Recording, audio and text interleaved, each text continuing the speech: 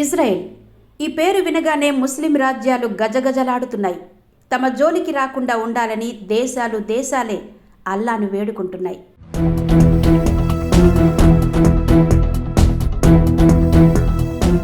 Israel దెబ్బకు ప్రాంతాలే ఖాళీ అవుతున్నాయి.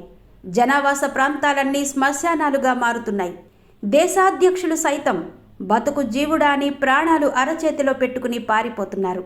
ఎక్కడ దాక్కున్నా ఇజ్రాయెల్ మమ్మల్ని వదిలిపెట్టదని అగ్రనేతలు సైతం మారువేషాల్లో తిరుగుతున్నారు. పాలస్తీనా, గాజా, యమన్, సిరియా, లెబనాన్ వంటి దేశాలపై విరుచుకుపడిన ఇజ్రాయెల్ ప్రస్తుతం ఇరాన్పై భీకర దాడులు జరుపుతోంది. ఇజ్రాయెల్ నెక్స్ట్ టార్గెట్ పాకిస్తాన్ అని ఆ దేశం భయపడిపోతోంది.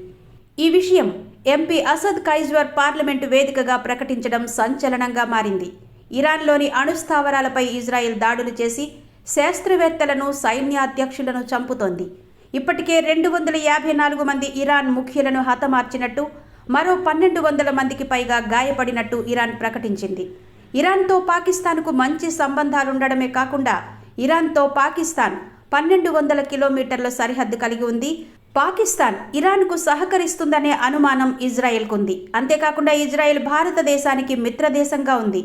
ఇటీవల భారతదేశం పాకిస్తాన్పై చేసిన ఆపరేషన్ సింధూర్లో ఉపయోగించిన డ్రోన్లు, ఇతర పరికరాలు ఇజ్రాయెల్ భారత్కు సరఫరా చేసింది. భారతదేశంతో ఇజ్రాయెల్ ఇప్పటికే మిలిటరీ ఒప్పందం కుదుర్చుకుంది. ఈ పరిణామాల నేపథ్యంలో భారతదేశం నేరుగా దాడి చేయకుండా ఇజ్రాయెల్ను ఉసుగొల్పి మా ముఖ్య స్థావరాలపై దాడులు చేసే అవకాశం ఉందని పాకిస్తాన్ ఆందోళన చెందుతోంది. ఇదే గనుక నిజమైతే పాకిస్తాన్ మరోమారు అన్ని రకాలుగా భారీగా నష్టపోయే ప్రమాదం ఉంది.